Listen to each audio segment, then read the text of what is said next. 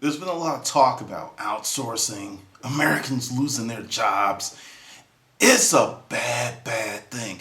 Those bad outsourcers, they're taking the jobs. Taking's the wrong word. We're in the middle of this huge, huge social, economic, and technological shift. But this article I came across, well, I didn't come across, Roger from the Hustler Mindset Project sent it to me. This is nuts. I'm not mad at this guy. Employee outsources job to China. A security check on a U.S. company has reportedly revealed one of its staff was outsourcing his work to China. This software developer in his 40s is thought to have to spend his work days surfing the web, watching cat videos on YouTube, meow, and browsing Reddit and eBay. And there's a reason he can browse eBay. He reportedly paid just a fifth of his six-figure salary to a company based in Shenyang to do his job. And this is where it really, that sounds egregious enough, right? It sounds really, really bad, but that's just the surface. He did it not once, not twice, not three, not four, but 5 times. What he did was he outsourced his intellect to a degree for 5 different companies. This reporter was making $700,000 a year, and he wasn't doing the work. He became the man. Because people are looking at this and they're like, because of the nature of it, it's like, was a breach of technology? Did he sell U.S. secrets? So that's where that's where the attention is coming. Because understand this, he's not the only one that's doing this. He's one smart cookie. Some people think he's unethical. He committed to this job and he should do it. He did it. He just paid someone else to do the grunt work. That's what your boss pays you to do. Understand what he did. He created his own corporation within a corporation. This is arbitrage at its best. Outsourcing. And the thing is, this is going to become the norm. And other people are going to see this article and there's going to be 2 visceral reactions. First, like, oh, that's just horrible. And then someone's going like, what can you do? Because essentially he created his own temp agency inside the company. I'm just looking at this story so many different ways. And people are going, and I mean, dude sent like his security token via FedEx to China so the guy can log into the virtual private network. I'm just looking at this and I'm just like, this is the future.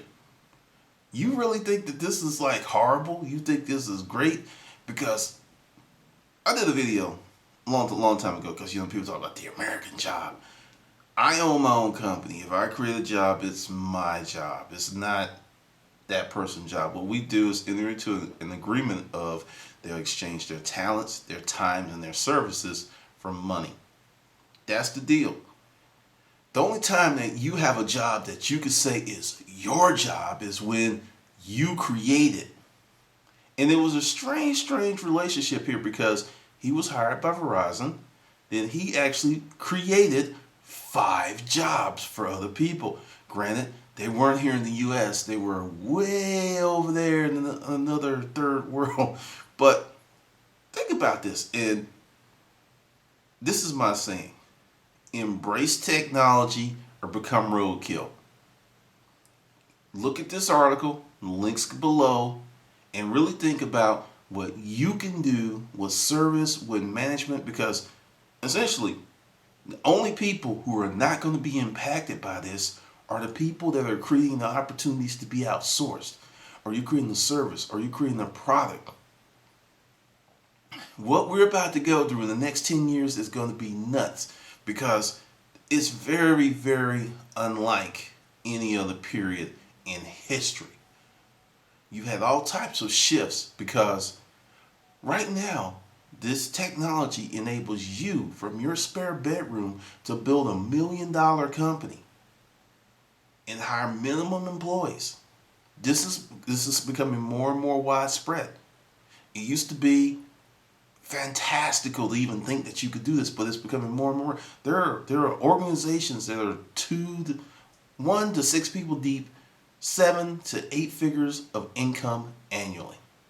And they're growing and they're growing. Because what they're doing is leveraging whatever they have to the broadest segment possible. What can you do? What can you? Because the thing is, this, like I'm telling you, it's just going to keep on, it's going to keep on, and it's going to keep on. When I read an article like that, I am fascinated. I am curious because I'm like, how can I do that there? If you didn't get that, just rewind the video and go slow. But seriously, how can you do something like that? Because I'm looking at, he turned, I mean, there's so many wonderful aspects to it, to me, just my opinion. He turned a 6-figure job into damn near a 7-figure enterprise. And the thing is, I think I think he just got to a point where it was like, okay, 700,000, and I'm paying out maybe 120,000 of this, and I'm doing nothing except connecting dots and moving stuff around. Oh, I need this done. Okay, thanks. Get it to me when you can. Well, actually, I need this done by Wednesday. I have this cat video I need to watch. It's really pressing on me. I'm just like amazed because you're going to hear more stuff like this. You're going to hear even crazier stuff like this because think about it. And this is technology. Understand. I need to use my hands to make something type work, labor force, you're in trouble. Recently, it was in the news that Caterpillar moved to Georgia, and I think they're building this 1,000,000-square-foot plant, and they're gonna have like 1,400 employees. Don't know the breakdown, but I guarantee you, there's gonna be heavy automation in that plant. And if it was an old school plant, they probably would have needed 10,000, maybe 15,000 people to do with these 1,400 and robots. And as time goes on, that 1,400 number is going to drop, and drop. Because there's going to be more automation. And just more automation. So read the article, read it 2 or 3 times, and don't get pissed. That's the wrong reaction.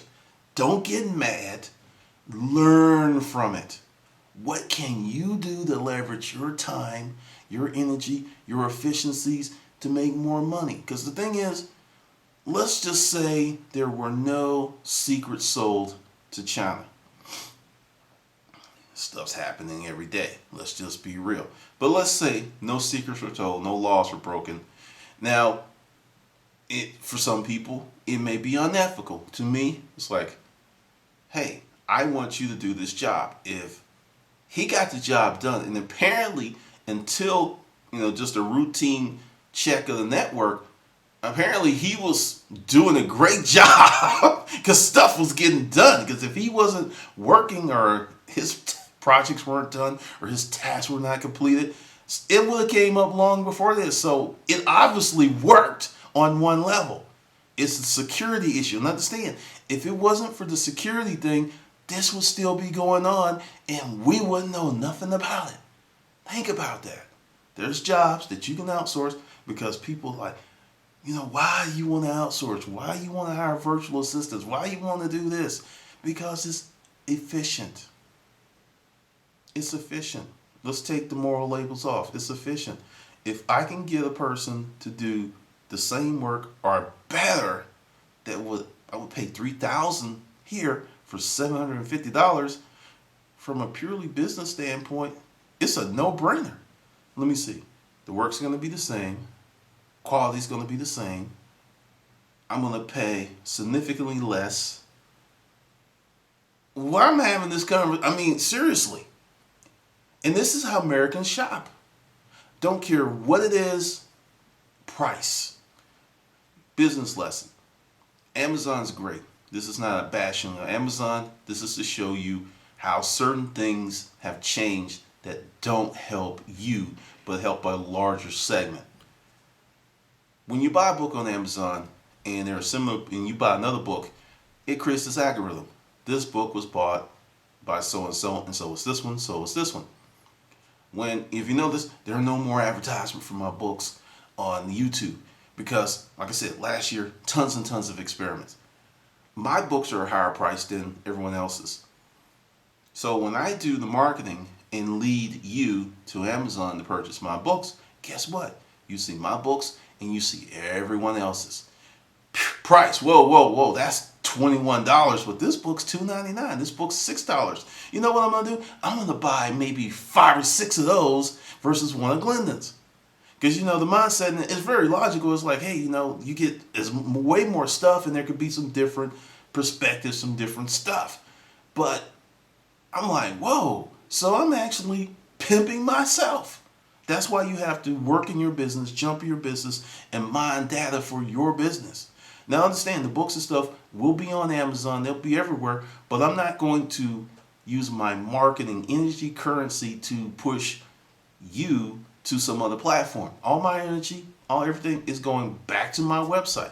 This is where it is. I'm creating my own tribe, my own reservation, my own deal, because I bring you in and I do this marketing and I do these videos and I take you to my world. I take you to the G world, the G spot, and you say, oh, it's cool in here, and you don't see all that other stuff. But when you do marketing for Amazon and you do marketing for eBay, and understand, you're not marketing for yourself. You're marketing for those platforms. And those platforms love it. They love it because you're doing marketing outreach for their businesses. And you're paying them for the privilege. Because you're like, so, and this is something else. And I'll take it offline and go back many, many years to when we were first starting the storage auction business. And I was marketing on Craigslist for the stuff in the flea market booths. And I remember this. I had tons of stuff and other members, and you see it on Amazon. If you have something that's selling hot and people, because everything's transparent, that's another benefit, and it's also a curse with being online. But if you've got something that's really making money and people taking notice, because when I moved into the flea market, we noticed that there weren't a lot of people selling furniture. So we jammed our booths up full of furniture. Within a few weeks, people were pulling in furniture. I had this very unique piece in the booth. Put an ad on Craigslist and did the marketing. Put the flea market address in there, but my phone number. Someone called and said, I want this very nice vanity. Well, I'm heading to the flea market, right? They get to the flea market before I do. There's someone talking to my customer that I did the marketing for because she has, guess what? Another vanity. And she's showing it and doing the features and the benefits. Fortunately for me, mine was in much nicer condition and the price was right. But my marketing energy could have benefited someone else very easily. And as we did this, I started to notice that the more I marketed, our sales didn't really take off like they should have. And I was just thinking, at one point I was thinking, am I in the matrix? Is something really wrong here? And I really didn't get to understand the relationship between, what I want to call byproduct marketing. You can just draft off of someone else's efforts very easy on the internet. When we moved it to our own spot, oh my God, Becky, look at the money in the cash register. It was just like same level of Craigslist marketing. Sales went up 45% the first 6 months. 45%. Because I love Craigslist. I was on there like a crackhead. Ads all the time. But when they saw those ads and when they came to our store, they didn't see anything else. Then people started to move into the mall because it was a strip mall complex. And once again, after some people, because neighbors would come in, oh, you got all this stuff, where do you get it from? Well, we do estate buyouts. Oh, that's really wonderful. People started noticing what people were dragging out the store. And by golly, if they could get their hands on it, they got their hands on it. Which just forced us to continue to elevate and raise our game. Because every time you turn around, there was someone saying, that looks pretty good. Let me see what I mean, that's just the nature of the beast. But it wasn't as pronounced as in the flea market. We had a little bit more, we had way more control. You know, the flea market was great. The owner of the flea market actually taught me a lot about the resale business. It was a wonderful experience. But when you really are working that hard to conduct marketing, you need to realize every red cent that you can from your efforts. Because it's a cruel, cruel world out there, baby. It's cruel. And it takes money to run that bitch. So I'm just letting you know, don't get mad. Don't be a hater. Be a relator. Figure out how that can work for you. As you know, I've got this new thing going on, and I'm getting a lot of questions. But just to answer your questions, if you sign up for the resale webinar, if you can't make a course, doesn't matter. Everything's going to be recorded, and at the end of the series, because all the information is on the website, there's going to be a live Q&A session for people that go through the training, that get the webinars. So just to let you know, you don't even have to worry about that. And if you want to be part of it, the clock's ticking, because that offer expires January 21st at 9 p.m. Eastern Standard Time. Just letting you know.